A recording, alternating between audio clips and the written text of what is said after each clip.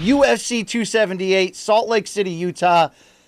What the hell am I even going to do to start this off on topic one? The Rocky story became real right in front of our eyes as Leon Edwards down on the scorecards in round 5, being told to the world through the vehicle of the UFC broadcast that his obituary was written. His time was up. Only nobody told Rocky a high kick that was set up beautifully, suckered in the champion Kamaru Usman. And here we are with the fallout. And Rashad, I mean, this could not be more shocking when you consider Kamaru as the pound-for-pound king, unbeaten in the cage. All we're talking about is these GOAT theories. We got Hamzat in the bullpen. Is Usman going to move up to light heavyweight? Is he going to tie Anderson Silva's record for consecutive win streak? He's not. He won't. And I know you're a longtime friend of Kamaru when you were there in support of him. Give us the inside reaction on what the heck that was like. Maybe the most improbable comeback in modern title-level MMA history. Well, I mean, the fight was shaping up the way that we imagined it would. Kamaru made it out of the first round. And, he had a little bit of difficulties in the first round, something that he really didn't expect, but he made it through. And it seemed like he was getting stronger every single round, progressing after that. He was getting his wrestling and the pace going. And then he started letting go his hands on some heavy bombs and body shots too. And it looked like it was affecting Leon. And it just kind of took a lot out of Leon. And you just seen Leon just fading as the fight went on. So when that 5th round came about, it was just more of wash and repeat of the same. But in the beginning of the 5th round, I seen that, Leon stuck a front kick in Usman, like right out the gate. And I thought it kind of bothered him and it kind of put him on just like a different pace level. And, he wasn't pressing the action. And I knew at that point, I'm like, okay, he's got to get back pushing the action. He's got to get back pressing him because he was playing a little bit too much defense and letting Leon get off. And Leon set up that perfect 1-2 high kick and, Usman went right into it. But just being there was unbelievable because, I'm sitting right next to his family and his daughter's right next to me. And, when that whole thing happens, you just hear like this scream and, it was just kind of like very traumatic, for me being like a brother to Kamaru, just watching him go down like that, man. And it just made me real sick because, I didn't think he was going to lose, but sometimes you have, like when your friend, your family's fighting, you have a feeling, like an uneasy feeling. And I had an uneasy feeling and I couldn't shake. And, when that kick happened, it was like those worst feelings, those worst things, those worst thoughts were just realized in an instant. It was devastating, BC. It brought out every single emotion. If you were inspired by Rocky Edwards, it was the ultimate, look at me now. Or as he said, what was the phrase? Do you remember that he said in the post-fight interview that he kept repeating? No, I don't remember what he said, man. I was still in shock at that point. Look at me now, was it? Thank you, Mikey Morms. I mean, you can put that on T-shirts now, as John Anik mentioned. So from that point of view, this is the ultimate inspiring, apply it to your life moment of, you're never counted out unless you count yourself out. I can get down with that. But for all of us who were probably already forming the lead of our recap, at this point in the middle of the 5th round, or if you're Team Usman, it's the ultimate heartbreak. This is definitely the type of shocking result that, births new fans, that reminds you how dangerous the sport is, how there are so many ways to lose in this game, how unpredictable it can be, how, as Luke Thomas would say, we could think we know all we know about these guys. But whether it's, male versus male or female versus female, it's two humans that are going in there touching gloves. Anything can happen. I'm speechless, Rashad, as I think we all should be. I want to ask you how did this happen? Now, you mentioned sort of some things you saw and maybe that uneasy feeling of watching a friend in Usman sort of navigate this 5th round with a big lead. But we didn't see this type of life out of Edwards in rounds 2, 3, and 4. In fact, this fight was sort of playing into that almost cranky prediction I made of this is going to end up being a one-sided Usman fight. It's not going to be that fun to watch. That was all becoming true right there. So did Edwards, do you think, in hindsight, come back to life from the pleading of his corner, and they were an A+ level job on getting in his grill and trying to motivate him? Or was this really the perfect shot at the perfect time. Now, it wasn't a lucky punch. It wasn't a wild helicopter blow. It was a savage setup of the perfect strike at the perfect time. But we didn't see the body language in Leon leading up to that to lead you to believe this was even possible. Is this more fluke, or is this just precision, perfection in the moment from Leon Edwards? Yeah, I believe, I'm not even going to say it's fluke because, to make it through that grind, and when you get in your face grinding and you got a guy on and you can't get him off you, and he's on you like clothes and there's nothing you can do from that suffocating pressure, and he's just beating you all about the face and head. There's a minute in there where you just want to give up. There's a minute in there where you just say, you know what, it's not my night, and you just concede to the fact that you lost a fight. But Leon didn't do that. And sometimes as a guy in there imposing your will on a fighter, you can kind of sense when a guy's breaking. You can feel that energy just go. And sometimes my favorite part of the fight was watching my enemy, just the fight leave his eyes. And I'm sure Usman may have felt that, but Leon didn't give up on himself. And that was the thing that really made the fifth round what it was. The corner inspired him to go out there and just kind of keep fighting. And, Leon set that kick up from the beginning of the first round, from the fifth round, just, throwing that 1-2 and just, clocking Usman's,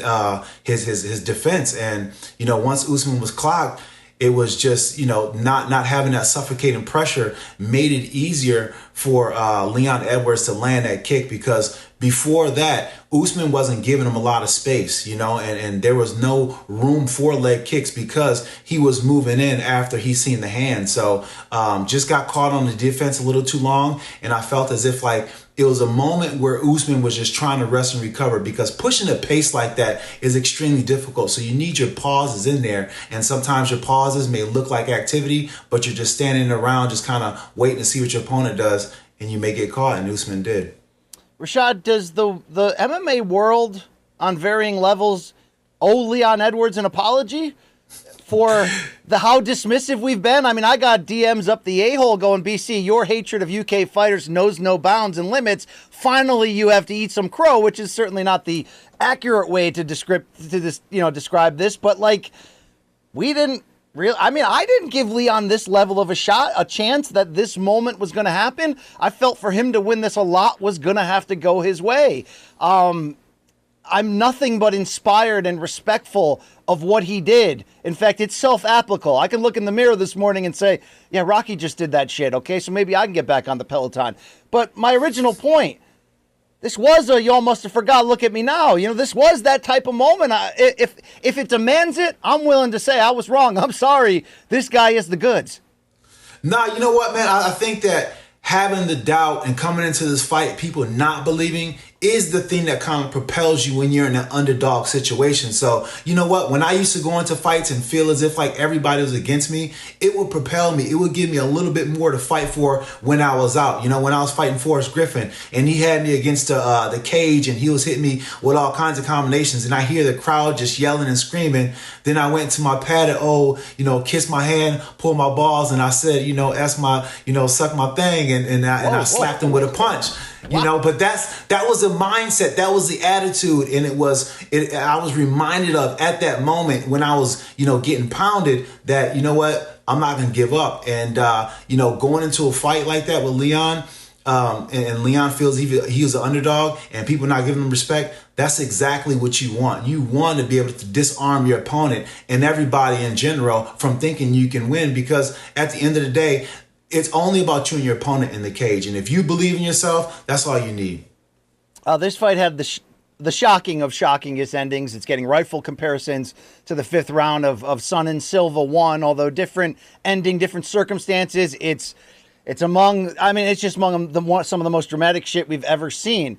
But first round, as you teased earlier, also gave us some of that with Kamaru Usman getting taken down for the first time in his, I believe, his MMA career. Certainly his 15-fight UFC run heading into that. You got to give the former champ now credit for the adjustments he made after that. He wasn't overly frustrated, even with Edwards in full mount to close round 1.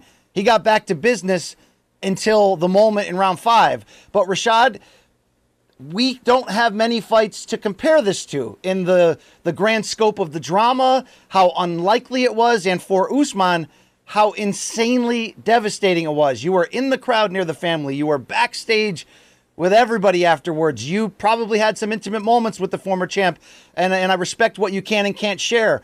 How devastating, though, do you expect this loss to be for somebody who, again, was pound for pound king, and we were outfitting him the crown and robe and giving him the key to the upper room of the greatest of all time before this? You know, when I see him go down on the canvas like that, I didn't really know how he'd be once he came to, and once he was able to gather his thoughts around the magnitude of everything that just happened. But I was really surprised to see him and talk to him. You know, right afterwards, I talked to him right away. He seemed to be pretty clear-headed, but he still was kind of foggy, and he kept his head up and was, saying some positive things. But it was the next day when we flew out and went back to Florida, and I spoke to him, just seeing him, he came, I asked him how he was doing. He said, I feel very blessed. And it was something that kind of took me by surprise, because I didn't expect those words to come out of his mouth. But he said, I feel very blessed because, it didn't go my way last night. And it was a very, it was, fucked up thing that happened. He said, but I'm glad and I feel blessed that I get an opportunity to show everybody once again how great I am. And I get to show my daughter. Yeah, and he said, and I get to show my daughter what it means to fall down and have everything not go your way, but then still get up and keep on going. So yeah, that right there, when he said that to me, it gave me chills, because that's a perspective that you take once you have accepted it. And as a fighter, when you lose a fight, there's so many things that you can blame. And, so many things that you can blame. And sometimes you don't blame yourself. Sometimes you don't put the accountability where it should be. But to own it and to really not shy away from what happened, to really want to just say, you know what, I'm going to confront these issues. I'm going to confront this feeling. And I'm not going to allow myself to just allow this feeling of feeling naked and stripped to sneak up on me, because that's what happens sometimes. You feel naked. You feel like, dang, I can't believe I lost a fight, and you feel vulnerable. And if you let that feeling creep up on you without even mentally addressing it, then you're going to be in for a rude awakening. But he's on top of it, and I feel like he has planted the seeds for a big return. Absolutely. I love the tweets or IG posts he had afterwards. He gave respect. He had perspective. We did see the post-fight press conference. I believe he interrupted Dana White's interview by, calling him and essentially urging on the boss that, he'll be back, he'll be okay. Look, he's going to potentially, and we can talk about it in a second, but get a chance at turning this into a Matt Serra GSP moment. And as much as we love glossy records, that big O, which Usman had, at least in the UFC, you become a legend even larger in some cases when you face this type of legitimate adversity and then you get up and come back. It's why Randy Couture, with all those losses and broken title reigns, is so beloved as Captain America for that same reason. We love the comeback. He'll have that opportunity. And like we said, show me a great champion in the moment of his worst defeat. And a lot of times that'll tell you where he's headed from here and what will happen next. And we'll see if Usman gets that opportunity. But before we talk about what's next, man, I mean, how do you sort of frame for Rocky Edwards what this does for his, reputation, legacy, career in the moment? Because Rashad, everything had gone against him in terms of bad luck in public perception for the last few years. The injuries, the no contest, the fact that everyone just dismissed his marketability and whether he should get a shot. And then look at him now, in his own words. I mean, the Nate Diaz fight the last time, the reverse almost happened to him. And, in our own cynical, critical way, a lot of us took away from what was a thorough, sizzling performance from Edwards against Diaz because he almost gave it away at the end. Now he completely flips the script, and like Luke Rockhold, who we're going to talk about in a second, he comes out of there like the ultimate underdog babyface. This gives a big boom, and I think a deserved close-up to who he really is. Okay, not the trash talker, not this, not that, but an elite fighter who now just gave you a legitimate freaking Rocky Balboa moment, and it just happens to be his nickname and persona to boot. I mean, it couldn't have happened to a better guy, right? Yeah, I know. Leon's a great guy, man. He's a really good guy and one hell of a competitor. It takes moments like this, though, like beating someone at the level of Usman, to be on the scene, for people to say, oh, wow, okay, you are something, and people can really start to see what your value is. For me, it was my Chuck Liddell moment. After that moment, it was great to get the knockout, but what it did for me as a fighter was on another level. I grew up as a fighter that night because of everything that I was going through going into the fight, being the underdog, having the media talk to me as if like I didn't even deserve the chance of being in a cage with Chuck Liddell. Those are the kind of things that stick with me. And when I made it through that fight, I knew I could make it through any fight. And whenever I found myself in a position in fights past, after the Liddell fight, I would tap back into that moment and just remember my mindset, just remember the way I carried myself during that moment, because that was the moment where I really just grabbed my balls and said, you know what, we riding out, and whatever happens, happens. And sometimes you got to do that. And Leon did that.